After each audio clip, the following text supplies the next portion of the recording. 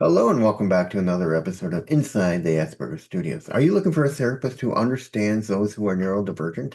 Are you one of those people who's looking for a therapist and are neurodivergent yourself? Well, my next guest is a therapist who has autism and ADHD and works in trauma therapy. So sit back, relax, and grab your favorite beverage and let's learn more about her. See you there. I wanna believe in the truth, but only see what I'm shown. Got the freedom to choose, but can't decide on my own. Follow what the group is thinking, bottle up my intuition till it's popping up. Hello and welcome back to another episode of Inside the Asperger Studios. Today I'm joined with Hannah. Welcome to the show, Hannah. Hi, it's great to be here. Thanks so much for having me read. Not a problem. So why don't we start off with, why don't you tell me a little bit about yourself? Yeah, my name's Hannah and I live in the UK and I'm currently doing a doctorate in trauma psychology. I've worked as a therapist for many years with some interesting specialities. And I was diagnosed with ADHD and being on the autistic spectrum in 2019, so just before COVID, Mhm. when I was in my late 40s. Now you're doing a PhD in trauma psychology. What drew you to that field of specialty? So as a therapist, and I work primarily with the emergency services and in law enforcement, um, it became very apparent that the reason that many of my law enforcement clients were coming for therapy was because of traumatic incidences, but also the fact that trauma plays into so many other issues that people face. So trauma plays a huge part in addiction. It plays a huge part in emotional functioning, in healthy relationships. So it was just a really interesting area to look at. And my specialist area is quite sort of niche, as you call it in the States. Niche, we call it niche, but it's niche in the States. But I just really love it. And I really enjoy the work that I do. Now, you were diagnosed in your late 40s. Yeah. What brought you on to realizing that you may have ADHD? Um, I had always been very functional, chaotic, but functional. People thought that I was a bit of a powerhouse. I did amazing things. And then I had a really difficult experience. My best friend of 28 years was killed, and it was Oh God. to do with drugs. Mhm. Um, and it was very, very difficult time. And I just all of a sudden was completely unable to function. I was spinning a lot of plates, and all of a sudden, all of the plates that I was spinning just dropped to the floor. And I went for an assessment and got a diagnosis, um, which I wasn't expecting, actually. Wow. I thought I would walk the whole thing. I thought it'll be fine. I'll just tell them what they want to hear, and I'll walk out and it will be absolutely fine. I And mean, I did exactly that. And he saw completely through it. yeah. I mean, it's almost the case with everything. I mean, people who think they don't have something go, maybe I'll just Yeah. satisfy my family members who think I have it, say I have it, and I'll go Mm. and prove them wrong, or I'll just go for the laugh. And all of a sudden, you sit down with with the psychologist or the psychiatrist, whoever's doing the testing for that 4 hours or whatever, how long the ADHD testing is, and all of a sudden it's like, huh, I have this trait he's mentioning, I have that trait he's mentioning, I do this, I'm very absent-minded, I forget things, I feel like I'm always on the go. Oh my God, I have ADHD. It must have been like a light bulb moment to your head, like, holy shit, now I And gotta deal with all this. I think that the issue that I had is that there is an emerging number of parents who are using ADHD as an excuse for their child's poor behavior. Hmm.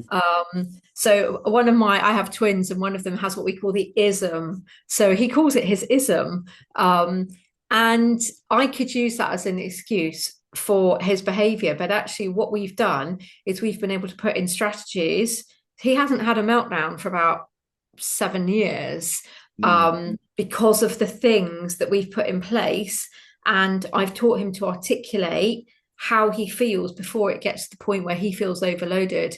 So for me, I was really concerned that it would become a bit, for me, it would become a self-fulfilling prophecy. All of a sudden I go to being really disorganized and a bit scatterbrained and all of that. So I was very aware that I needed to utilize this label to my advantage rather than allowing it to become a self-fulfilling prophecy, an excuse for general malfunctioning. Now, is your husband neurodivergent or is he neurotypical? He's my ex-husband now. Yes. Ah, But no, I mean he's definitely got some issues. I mean, it's He funny. A won't, lot he of won't the, mind me. He won't mind me saying that at all.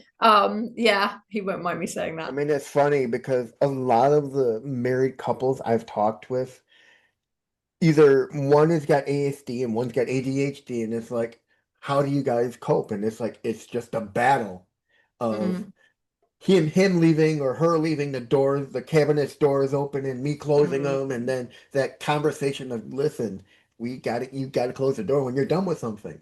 And it's mm. this constant, like, we got to come to the common grounds of, okay, let's work on it and not yell at each other. Yeah. Um, so yeah, I mean it was a bit of a wake-up call for me, but I know that I have to keep my strategies in place to enable me to function and to Yeah. enable me to run a business. And I'm running two businesses, doing a PhD, and I'm a single mum of twins. So I have to be fully functional. And I think that sometimes we think that that means being busy all the time. I've got to be Yeah. doing. And actually, part of me being able to function involves putting in periods of, no screen time, having boundaries around bedtimes, having rest time. It doesn't, being functional, we have this delusion that being functional means doing all the stuff all of the time. And we've got a real tendency in society to glorify being busy. um, People will say, oh, what have you been up to? Hmm. And if you say, oh, well, I just sat in the garden knitting, they'll think, oh, that's really weird. But actually, I need to do that to enable me to function at 150% the times that I have to function. So I've had to learn to put things in place to enable me to be as productive as I can Now I gotta ask, without burnout as well, because I've had really, and looking back now, I think that, I've had really significant periods of chronic fatigue and burnout. Um, and what I have now with the boundaries around my time and my energy prevents that. And that actually enables me to be more functional. now I gotta ask, I mean, between raising two kids who are both twins, running two Mhm. businesses, going for your PhD, how do you balance it all? I mean, it's gotta, and then watching after two dogs. Yeah. That's a lot of So work and a lot actually, of energy for someone who's got ADHD. yeah. So I have two German Shepherds, and actually, what that enables me to do is it enables me to keep a routine. So they have a routine around feeding and walking, and it actually gets me out of the house as well. Mhm. So I go out for I live in a really beautiful area, so I can walk in the woods, I can walk along the coast, I can walk in the hills. And actually, that is really good for me because I know that if I get buried into a task that I'm hyper focused on, I can go for 12 hours without eating or, going to the bathroom. So having the dogs actually, although it is demanding on my time, is a good thing. And actually, in terms of my PhD, I was speaking at a conference last week, and somebody came up to me afterwards and said, "God, how do you manage?" And I said, actually, before I felt that I had to work all of the time and put all these hours in, and actually, if I wasn't focused on it, I would get distracted or I wouldn't do it to the best of my ability. And now I can go 3 weeks where I don't look at my thesis, but then I'll go back to it with this renewed enthusiasm. And actually, my thesis is my hyper focus. Yeah. So and I go back with this renewed enthusiasm, and I think I'm so fortunate to do this. I sit at home in my pajamas, I get paid to be here, and I'm doing something that I'm obsessed with. So it ticks all of those boxes. And then actually, as a parent, I do run quite a tight ship in terms of expectations and discipline. Um, and that works really well. Like, I say to people, we have a really nice life. We have a really relaxed, calm home, but we go out and we do nice things as well. And sometimes we do nothing. On Sunday afternoon, the three of us sat on the sofa with a huge pot of tea and read books for 2.5 hours. And I just love that as well. Now, I gotta ask, you have two dogs, two German Shepherds. What are their Yeah. names, and do they help keep you grounded? Yeah. Because one of the things I've always said is animals are so important to those of us who are neurodivergent because not only do we get that unconditional love, but they teach us about companionship and everything else. Um, so I have two German Shepherds called Mishak and Shadrach. And Mishak is a girl, and she's definitely got an extreme level of ADHD. Um, she is actually the worst dog I've ever had in terms of the fact that she's hyperactive all of the time. And Shadrach is her little brother. He's 6 months younger, and his nickname is Kitten because he is like a cat. So I have a different relationship with both of them. With her, I can go outside and do some high drive training with her, real focused work. She does lots of tricks, whereas he can't do any tricks, but he brings to our home a real level of calm, and I think that's really lovely. Hmm. Now, you are a therapist. Does your clinical sessions ever overlap with studying, or does one inform the other? So I have taken a little bit of a backseat with seeing one-to-one clients. The only clients I have at the moment are people in law enforcement, and they come as a referral through a third sector organisation, so a charity, a police charity here in the UK. But what I've been doing with my business is building digital packages for people to purchase online so that they can work through it in their own time. Because one of the things I'm finding is that people want things on demand. We've been conditioned as a Yeah. society for instant gratification. So if you want to see a therapist, you'd have to make an appointment and wait for 3 weeks to get your appointment. But with my on-demand therapeutic packages, people can just buy them and work through them in their own time. But it also mostly is really important to me because sometimes people aren't quite ready. But once you've paid for it, you've then got it for life. So it doesn't Yeah. matter if you don't do it because you can go back to it when you're ready. Um, and I think definitely for people who are neurodivergent, sometimes sitting in a room with a therapist can be really intimidating, really uncomfortable.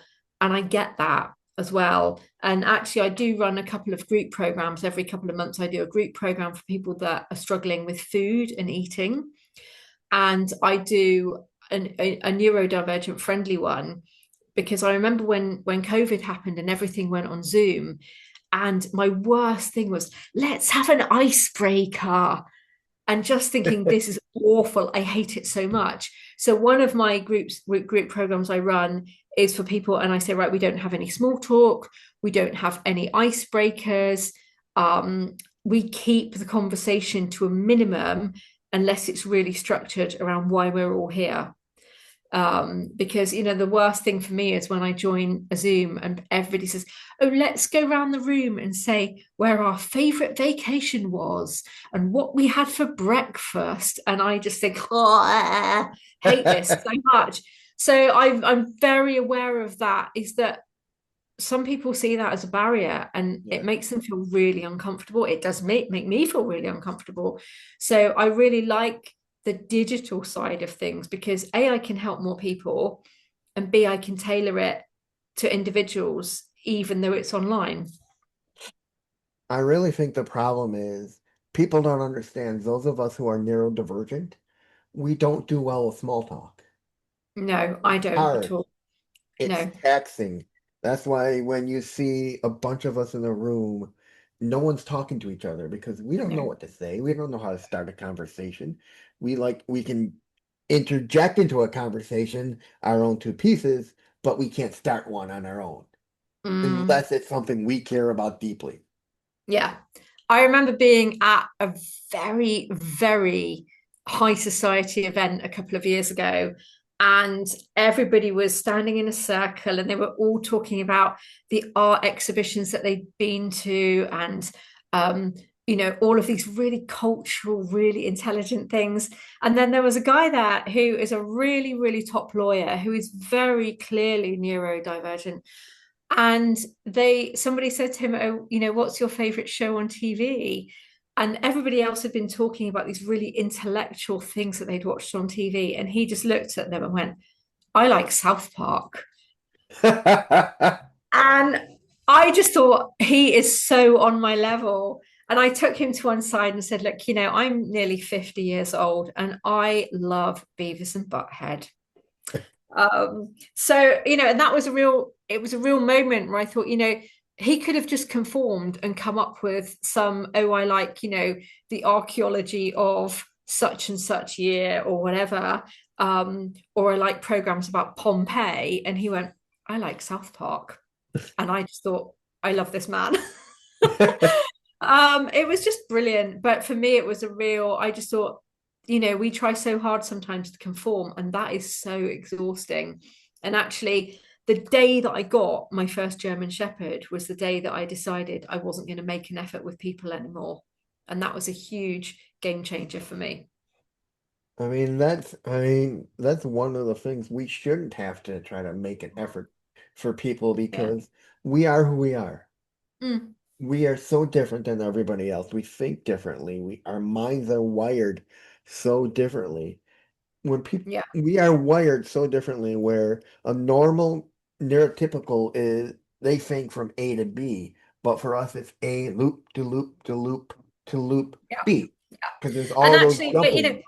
we use the word neurotypical, but the emerging evidence is that there are so many people now who identify with being neurodivergent, whether or not they've been diagnosed, but actually being neurotypical isn't typical anymore. It's actually becoming a minority. And I think that's really interesting. We see that as being typical, but actually, statistically, if proportionately more members of the population are identifying with being neurodiverse, then it's not typical, is it? No, I mean, you hit the nail kind of on the head. More and more people are coming out realizing they're neurodivergent. I mean, Mhm. I have talked with so many parents, and they've told me the story about when they got their child diagnosed, and then they're sitting there at the doctor's and they're like, huh, I do that, I do that, I do that, I do Mm. that, I have that behavior. And they look up to the doctor and they go, I do all the things he does. Do you Yeah, think I may be autistic or have ADHD? And they're like, well, if you do the same things he does, he's technically mimicking your activities and having with his own. So yeah, therefore, you must be, or probably are, autistic, and you need to get tested yourself. yeah, So more and more parents are realizing they're autistic, and they have their kids to thank for it. yeah, yeah. I think we're seeing a real shift in the numbers of people who are identifying as being neurodiverse, but may or may not have a formal diagnosis. Here in the UK, it's very difficult to get a diagnosis through the National Health Service, which is our kind of public health service. NHS, The yeah. waiting list can be 3-4 years long, and for a private assessment, you're looking at maybe like $3,500 plus for an adult and for a child. So lots of people are self-diagnosing, and actually, the danger area is where therapists are doing like a 1 day course in diagnostics, and then they are diagnosing, and then people are buying medication on the Mhm. internet. And I think that's really dangerous. That's Um, very scary considering they're it really into is, the medication for autism. But for yeah. ADHD, yeah. Mm. Um, So the difficulty is when you buy medication online, often it's unlicensed, often it's not what it says on the packet. Yeah. You can be buying amphetamines. I know people that have bought slimming pills on the internet, and they've turned out to be amphetamines, which are a controlled drug here in the UK. Well, they're an illegal drug here in the UK. So what it does is it's almost preying on people's vulnerabilities as well, and I think that's really dangerous. I mean, it's you made a good point. I mean, it is scary nowadays. People Mm. need to be cautious of when they self-diagnose. And they shouldn't go out and get medication for things unless they talk to an actual doctor Yeah. and get an actual diagnosis because you But don't know it's what you're very going difficult. It creates this kind of loop of, if the waiting list is 3 to 5 years long and feel I need help now, my answer is to go to Google and find something that's going to help, or that I believe is going to help. And Yeah. I think sometimes also unlicensed medication can create a placebo effect, can't it? I mean, I know that for a fact because the way I got diagnosed was I went through a clinical trial for autism because I found something on Facebook that says, "Are you autistic? Would you like to take a clinical trial for a drug Right, that helps with communications?" And I said, "Sure." And I didn't hear anything for about a month. And then the next month I get a call, "Are you interested?" right, And I said, "Sure." And they had me come out, me and my mother come out. And the first thing they did was give me the legitimate test. right. 4 hours long, divided me and my mom up into separate rooms. So Mm. you don't have any outside Yeah, input on how you feel about yourself. yeah. And And she's then, not saying anything to influence you and vice yeah. versa. And right after that, it was a double blind test. And I didn't know I was on it at first until after the test was or it got canceled during COVID because the company said they weren't getting the right figures. And then I talked to the therapist, and he says, "You weren't on it in the beginning, but you were on it at the end, in the Right. second half." And my family saw the results. I was more proactive. I was thinking more. Mm. And I remember after the test going to the doctor and saying, "Listen, I'd like you to be my therapist because I need to be put on something because I don't want to go back to the way I was." My Yeah. family liked it better the way I was acting. And he's like, "Okay." And then finally we made a session. We talked over the phone and he's like, "I'm going to put you on Adderall." Right. And from that point, it was it was a testing. I went down from 5 milligrams to 1.25, which is a quarter of a pill, Right. because it's what works for me. Because Yeah. otherwise, I feel my heart racing, my aggression levels are raised, because I kept getting into stupid arguments with my mother. And but five, my focus is honed in and it works. Yeah. I think you absolutely nailed it there when you said finding what works for you. And Hmm. it's about, for me, it was very experimental. Um, Finding things that I could put in place that enabled me to live a really nice, Hmm. functional life without constantly feeling burnt out, or that I was just, one of my habits was, starting to do the dishes and then walking off and doing something else. And then all of it, I was saying to somebody last week, actually, one of the things I did last week was I had a really busy day and I decided to try on every single item of clothing in my wardrobe. What? I just thought I'm going to try on all my clothes. And it's things like that. And I just thought I haven't had a day like that for ages. But I know next time I think that thought, what I'll do is I'll just choose one shelf of things to try on or 5 items to try on. And what I've been able to do is really implement strategies to help with routine and with also, I don't know whether you've read Atomic Habits, by a book by a guy called James Clear, which is all about associating habits and putting really good things together. So when I boil the kettle in the morning, I do physio exercises. I've got had a leg injury, so I do my physio exercises then while the kettle is boiling. And then when I'm washing up the breakfast stuff, I will watch, a snip of a comedy show on my phone. And then as soon as I finish doing the dishes, I'll turn it off. So it prevents me from spending the whole morning watching Beavis and Butthead on my phone.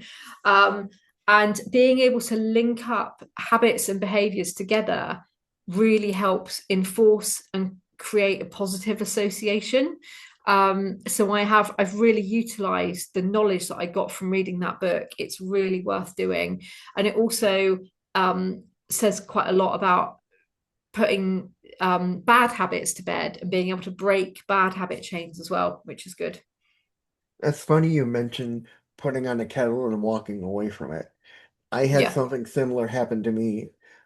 I was doing the dishes, and on the table behind me, my mother and I were working on a puzzle. I turn around and I start working on the puzzle. Maybe 10, 15 minutes later, I turn back around. I'm like, oh crap, I was in the middle of doing the dishes. Yeah. So yeah, Yeah. I mean, it's the And habits you need to break. jigsaw puzzles for me are a really dangerous thing. And I actually said to my ex-husband bought me, oh, it's down there. It's a 1,000 piece puzzle for Christmas. Mhm. And Christmas is time where I set aside and I'll kind of binge work on my PhD.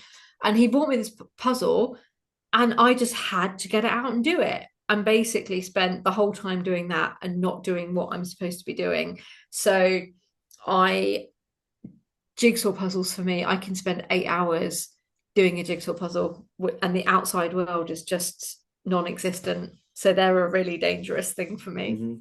Now, the puzzles I do are not the most ordinary type of puzzles. I do, there are things out there called the mystery puzzles. Basically, what you see on the box isn't what you put together. Oh And then no, once you put it together, I can't cope with that. No, I couldn't cope with that. and once you put it together, it tells us a whole new story of what happened. Right. You get a comic strip, basically you read it, and then you put the puzzle together, and then it kind of explains what happened. The Okay. way the way I work it is I don't look at the foreground, I look at the background, and I put the background pieces together by color and shape. So you've worked out your strategy then, haven't you? Yeah. And I think that's what I was able to do with life was put my strategy in place, um, which has really helped. Now, you are an entrepreneur. What kind of Yeah. work are you doing?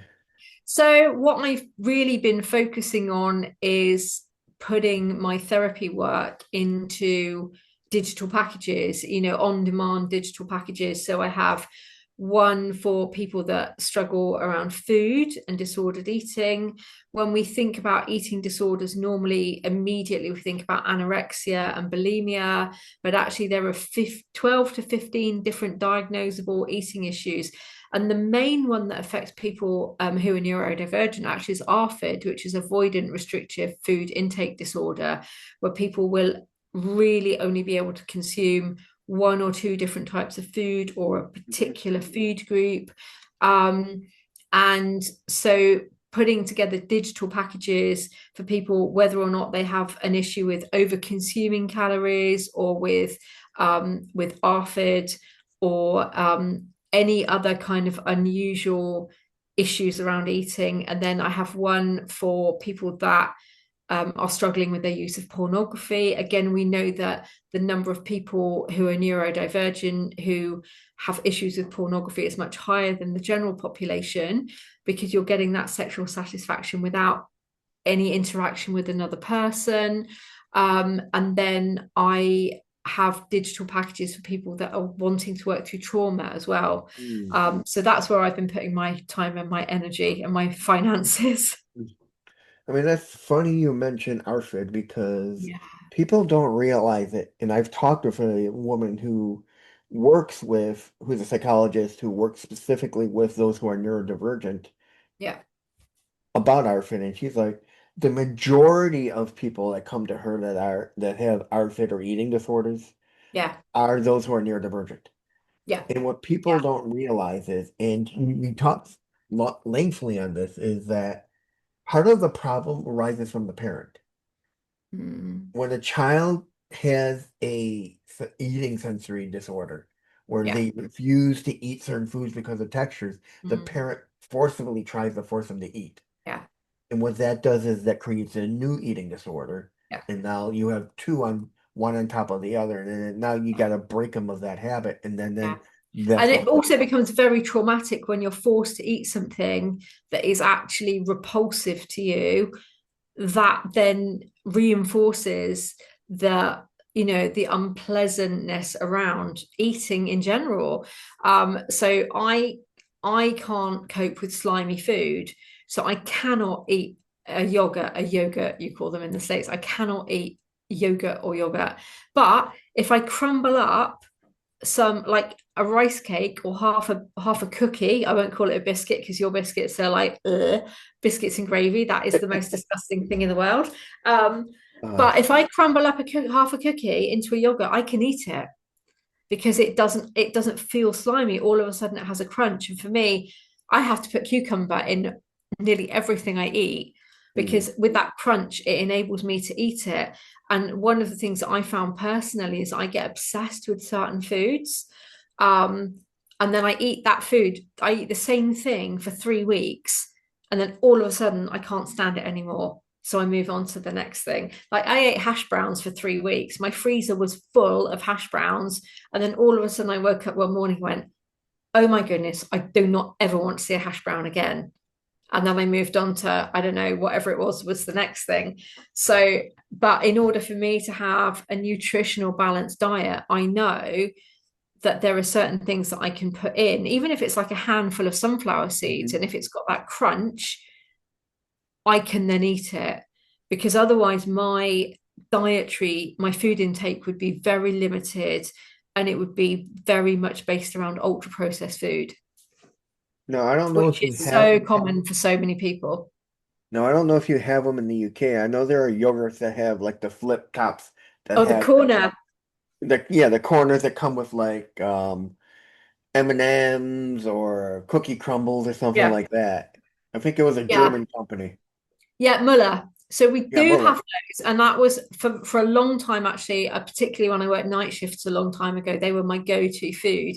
But I've become really aware of the chemicals in food and the kind of things that are put into ultra processed food. And there's an emerging science called nutri-psychiatry, and it is looking very specifically around the link between the chemicals in food and mood disorders and Mhm. increased levels of anxiety and those kinds of things. And I cut out as many chemicals as I could.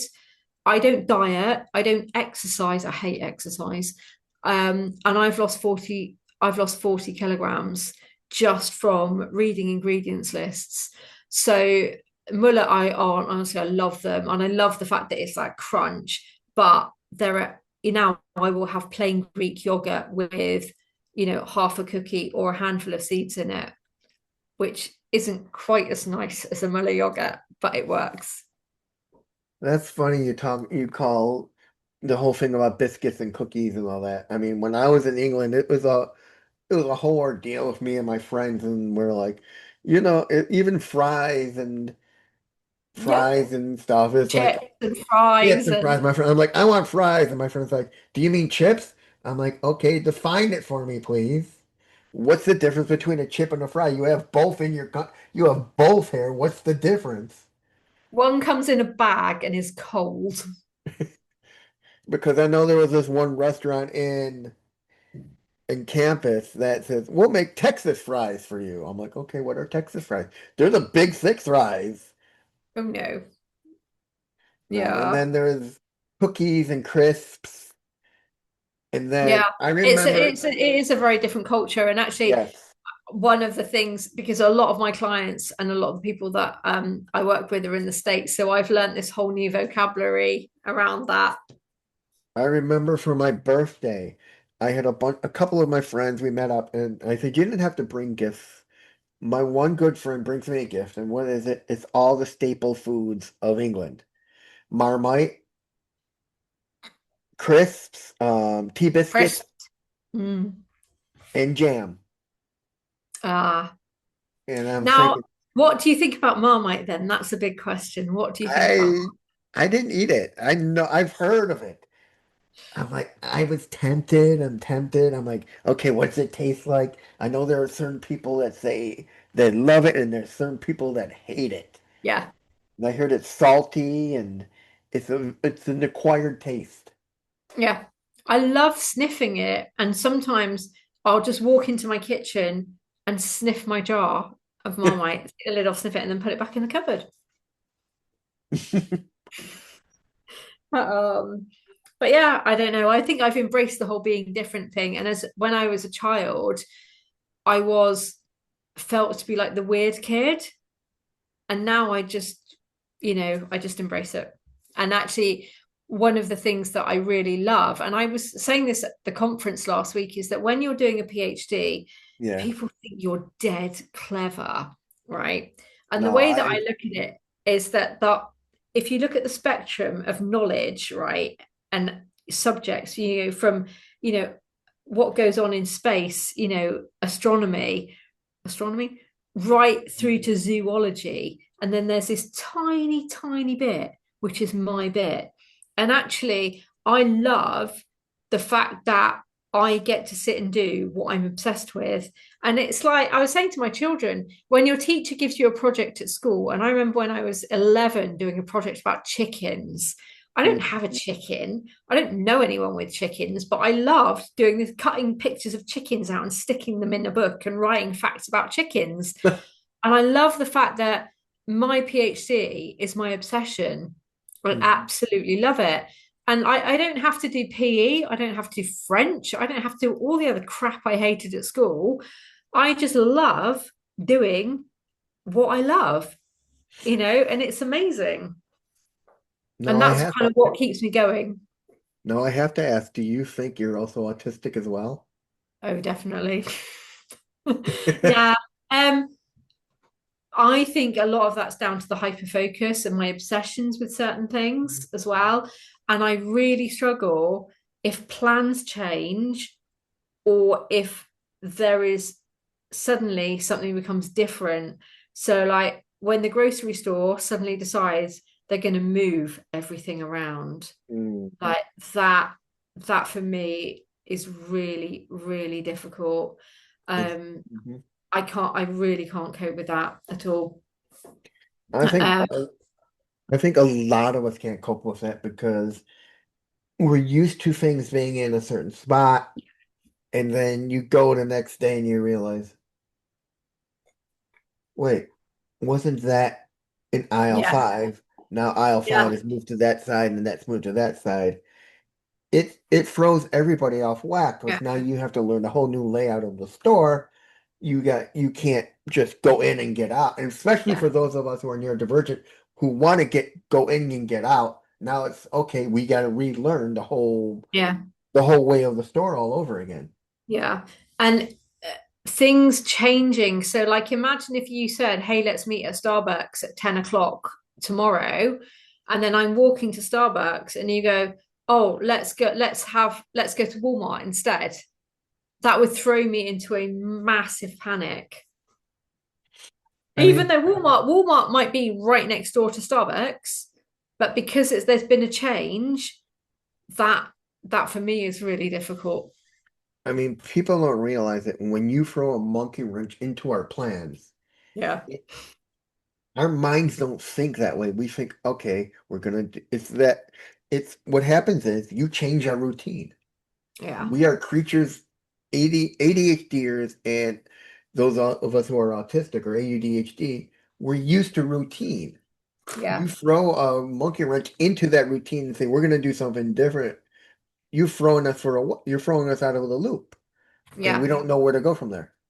Yeah. No, I want to show you. I have this most amazing planner, which I have got a digital calendar on my phone, Mhm. but that's more, I set lots and lots of reminders.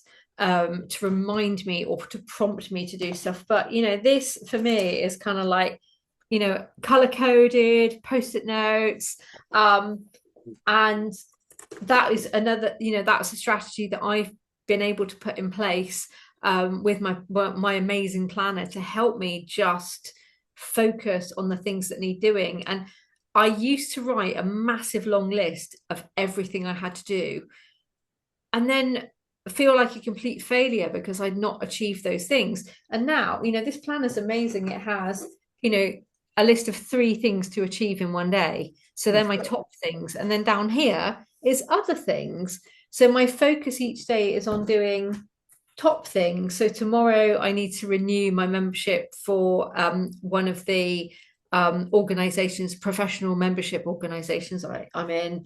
I need to watch a video to learn how to make my own landing pages. And then I need to read somebody's essay and red pen it and send it back to them. And then anything else on there is like, I need to phone the dog sitter because I'm going away next week, and send an email and sort out Facebook adverts. But those aren't the priorities tomorrow. So if I do them, it'll be great. But I'm not going to beat myself up if I don't do them. It kind of reminds me of like what my life coach had told me when I started when I just started talking. I was telling him I was just too swarmed. He's like, make a list of 3 things. Yeah. Like from those 3 things, try to get them done. If you can't get them done, it's no big deal. Yeah. He's like, just add then the next day, just list the 2 things or the 1 thing you haven't done and put it to the new list. Yeah, and my task is actually at the end of each month, I look back through what I've written each day and then say, right, okay, I haven't done that, and that goes to the top of the next list.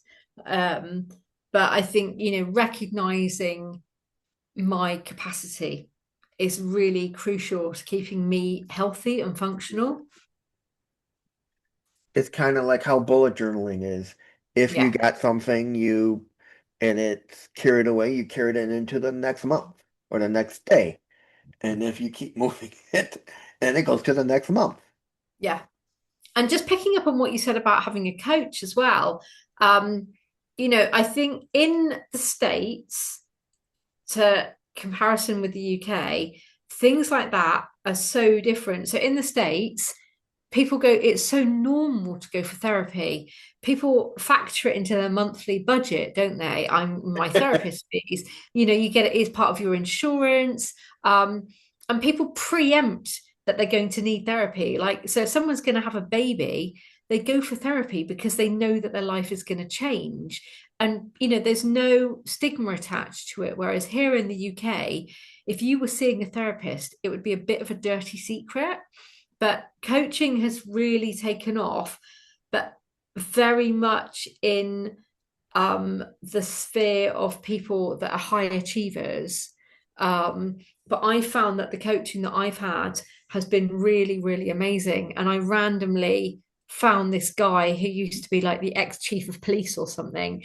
And he's been really instrumental in structuring how I need to develop my business. Mm-hmm.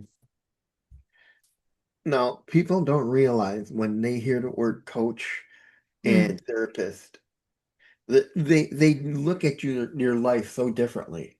Yeah. A life coach will take you from where you are to where you want to be. Yeah. A therapist will look at where you are and then figure out what's wrong with you by going back and back. Yeah. And I do a bit of both, actually. I do work with people who have to work through things that have caused the way that they feel or the situation they're in now. But actually, with the other side of my business, my strapline is I empower people to make the changes that they need to make to live the lives they want to lead. So it is a bit of both. Yeah. Especially those when you're dealing with first responders and everything else. And a lot of them deal with I guarantee you have PTSD from a lot of the situations they deal with, especially police and fire. Yeah. And it's important to look at the difference between complex PTSD and PTSD. So, complex PTSD is an accumulation of trauma, whereas PTSD is very much related to one incident. And also to remember that trauma affects people differently. And I've gone to work in, groups of police officers in a police station, and they will all have been exposed to the same incident, but they will all experience it differently. And it's the same with things like childbirth and labor.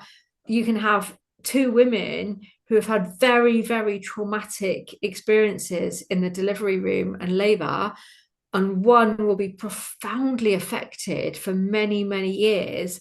And then the other person will go, God, that was awful, but I'm going to, it'll be all right in a couple of weeks. And very often, people who have experienced difficult circumstances will compare themselves to other people and say, well, why do I feel such a basket case when they're okay? And a really good example of this is when we look at things like childhood sexual abuse, where somebody may have had, one or two incidences where they were abused as a child, and then they will look at somebody else who had significant and sustained childhood sexual abuse over many, many years and say, well, my experience isn't as bad as them. But actually, that doesn't, mean that their experiences should just be written off at all. And that is crucial to remember. Comparison can really inhibit our ability to heal. People dealing with trauma, I mean, you're right, so many ways, because people who deal with trauma hold on to it.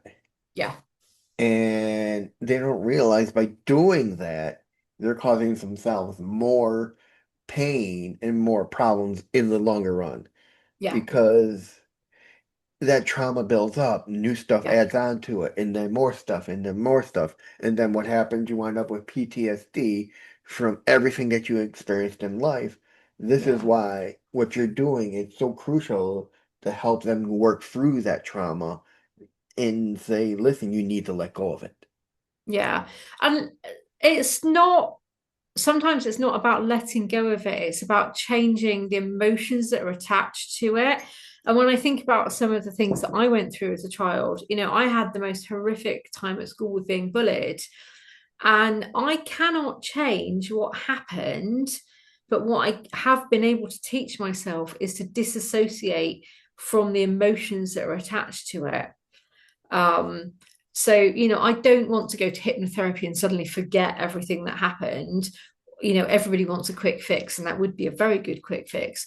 But what I have been able to teach myself is to sever the emotions I felt around those experiences. Now, when you look back at your life before you got your diagnosis, were there things that were missed that were caught when you got your diagnosis that you wish were found prior? Um, I I think when I got the diagnosis, it joined the dots together.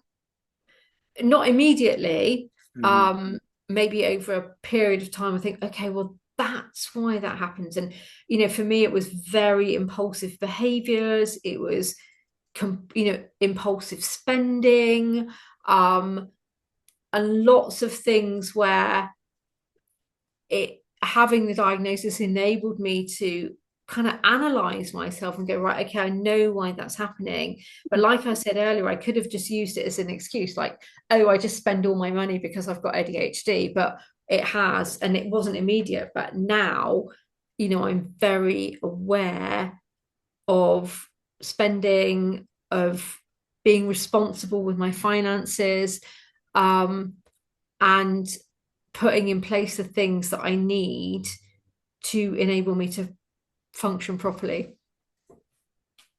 Now, you wear many hats. Yeah. Oh, now, would you say that having your two dogs, like helping you, getting you outside to the fresh air, would you say that is kind of your coping mechanism to deal with the overwhelmingly all the stuff you got to get going on in your life. Yeah. And one of the boundaries I put in place really early on with the dogs, when Mishak was a puppy, when I walk the dogs, I don't take my phone.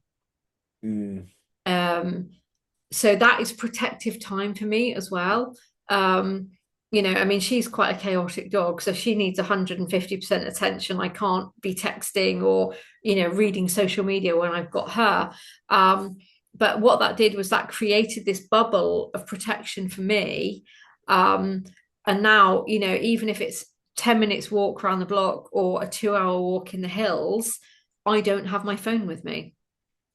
And that's been a really good thing to continue with.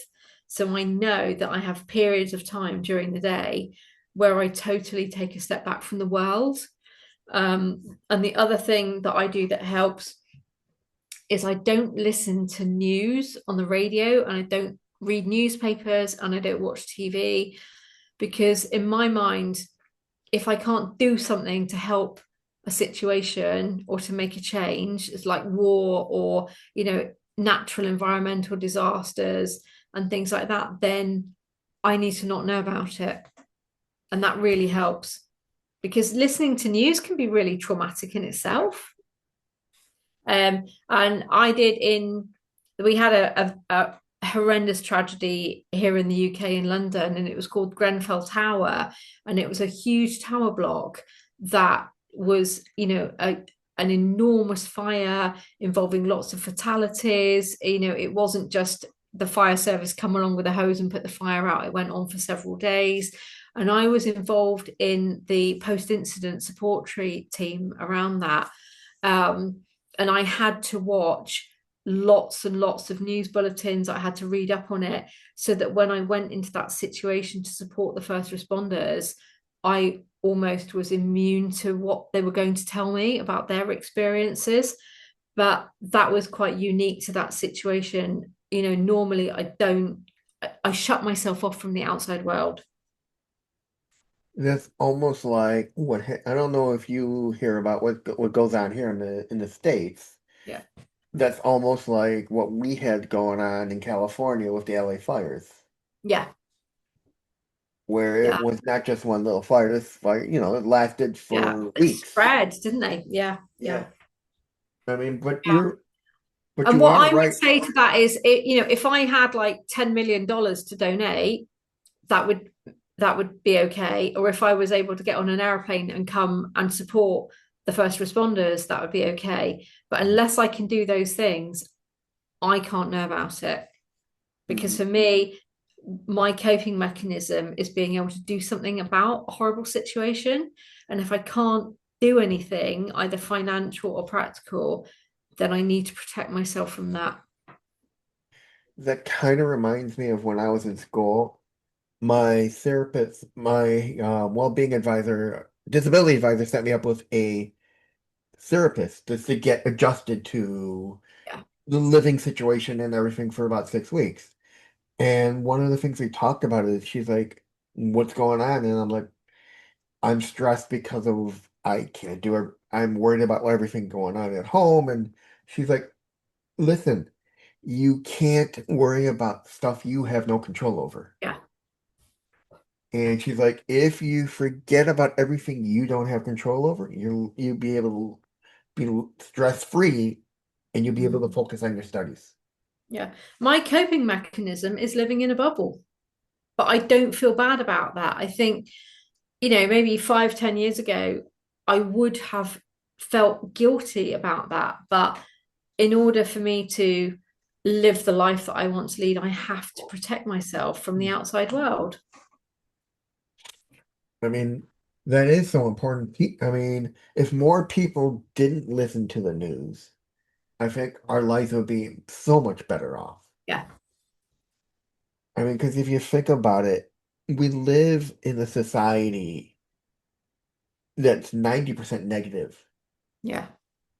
And the old phrase of when one door closes, another one opens sticks to mind because so many of us regretfully focus on that closed. We don't see the positive inside. And because of that, the world is, no one's gonna see the world for what it's got. Yeah. Yeah. Absolutely. Now, do you see your ADHD pushing you towards innovation or risk taking in any good way in your Um, business? I've had to learn to be really risk averse because I spent a large time and proportion of my life being very impulsive, um, very chaotic, lurching from one thing to the next. And I've had to teach myself to be very aware of the kind of the cost benefit analysis of risk, really. um Particularly running a business, what do I invest my money in? Is it better to get somebody to do social media for me because I find it overwhelming? Is it better to get somebody to do the tech stuff for me because I can't do it myself? And what I've learned really is to be more strategic about the decisions I make in life and in business, Hmm. and really think about it. Having been somebody that would be make a decision like that, spend loads of money without thinking about it. I've been able to kind of teach myself to say, right, I need some time to think about this. Even buying stuff off Amazon, we can click a button and have stuff delivered in a couple Yep. of hours. And I would be constantly clicking that button and getting parcels coming. And I think last month I got one thing off of Amazon, whereas 3 years ago I would have got 15 things off of Amazon. Um, so just learning to be strategically aware of the decisions I make really helps. Now, are there any ADHD friendly tools you use on the regular to help you navigate your life besides your planner? I tried an app, but what that did was it actually tied me to my phone. And I don't want to be tied to my phone. So writing stuff down helps. Um, and taking time to make decisions helps as well, because like I said, it was very impulsive. Getting into debt because I was spending too much. And just not berating myself for doing the things I feel that I should be doing. But yeah, I think thinking, taking time to make decisions, and then lots and lots of post-it notes and writing stuff down. Now you've called your ADHD your superpower. Yeah. What to you makes it your superpower? The fact that I've turned it from being a negative into a positive. A negative would be using it as an excuse for my behavior, enabling that kind of behavior, and actually looking at it and saying, I can use my hyper focus to put money in my bank account. I can use my hyper focus to achieve academically, um, and to do the things that I want to do in life. And that, it isn't easy. It wasn't just like, oh, yeah, I'm amazing. This is all great. It took time to get myself into that mindset. Um, but I focus on the things that I'm good at. I don't Mhm. worry about the shit I'm crap at. Um, and I outsource as well. One of the things I learned in business is, like, I spent 4 hours crying on Canva because I was trying to make a picture. And then I paid a graphic designer $19 and he did it for me in 20 minutes. So outsourcing for me has been a really important part of functioning, Mhm. making decisions about this is what is going to be beneficial to outsource because I can't do it myself and I could utilize the time better elsewhere.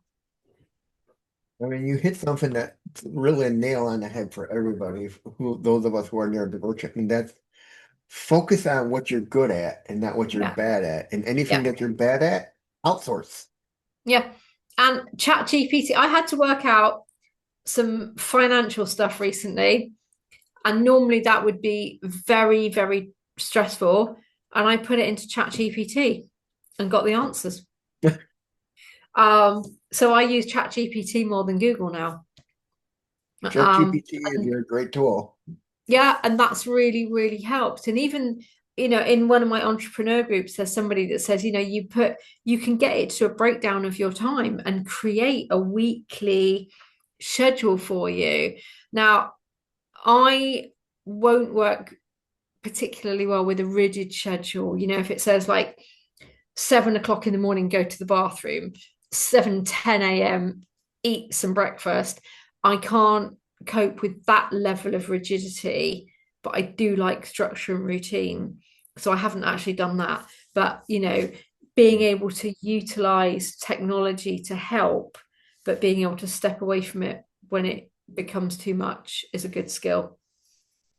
I mean, someone told me that if you subscribe to ChatGPT, there's a function that it'll keep notes from all the stuff you've used, and that what it'll do is it will refer back to those notes if it relates to something you're talking about further down. It's like, oh yeah, you Yeah, wrote something about this 2 weeks ago. yeah, it's incredibly clever. And what also is upsetting a lot of therapists, particularly in the UK, is they're saying, oh, people are going to chat GPT for therapy more than that. And, I can see why it's instant. You get instant answers. If you're using it a lot and you have the subscription, it builds up a picture of you and your thoughts, and the way that you kind of interact with it.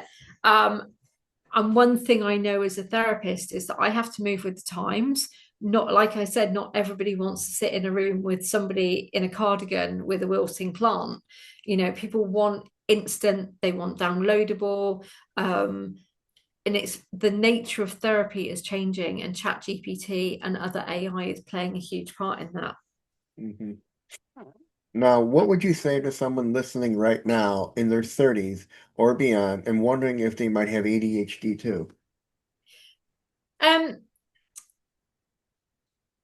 I think a lot of it can be what people tell you, oh, you have autism, oh, you're this, and oh, you're that. But it's important to take a step back and think, well, what do I think about the way that I think and the way that I behave? You are the most important person. That sounds very narcissistic, but you are the most important person, and you cannot base those things on external factors unless it's somebody who really knows you and who you really trust. Getting a formal diagnosis is important, because a lot of people shy away from that because they then think, oh, well, I've got a label and I don't want to be labeled. But what it does is it enables a treatment pathway, and it enables you to either have the correct medication that you need to allow you to, mitigate those symptoms of ADHD, but it also allows you to then create a pathway and put the strategies in that enable you to live the way that you want to live. So that is really important, and it's the best thing to do is not to just brush it under the carpet and pretend it isn't happening. And lastly, how has understanding and embracing your ADHD changed the life you live today, um lead today? yeah, it's made me more aware. And what I have been able to do, and like I said, very gradually, it wasn't overnight, make the changes that I needed to make to live the life that I need to live, which is my sales strap line.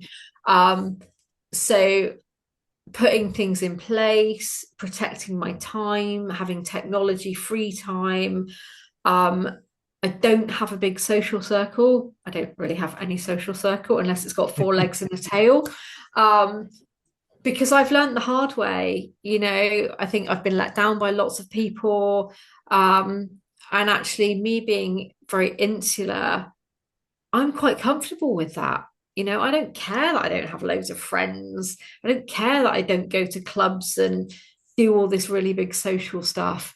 I've just learned to accept the way that I am.